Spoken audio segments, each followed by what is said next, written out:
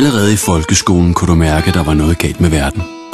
Det var som om skolen tænkte på en anden måde end dig. Det handlede altid mere om at bruge hjernen end om at bruge hænderne. Aldrig begge dele på samme tid. Så du blev hurtigt skoletræt.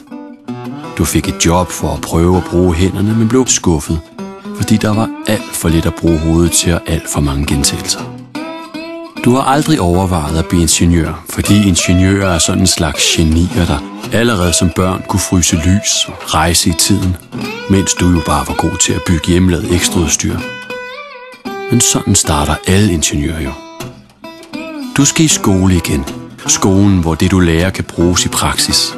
Hvor matematik kan omsættes direkte til forsøg. Hvor man arbejder sammen om tingene, og hvor der er lige så stor respekt for hændernes arbejde som for hjernens. Du vil opdage, at dine klassekammerater har lige så svært ved at læse til ingeniør som dig selv. I starten. For du vil også hurtigt mærke, at I vokser sammen, og at man ikke skal være ingeniør for at blive ingeniør. Det eneste, det kræver for at læse til ingeniør, er det, du har i forvejen. Hænderne og hovedet skruet rigtigt på. Balance i tingene. For det er ingeniørerne, der binder håndens arbejde sammen med hjernens, så verden kommer til at hænge ordentligt sammen.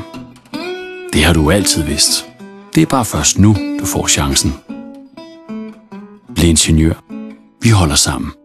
På det hele.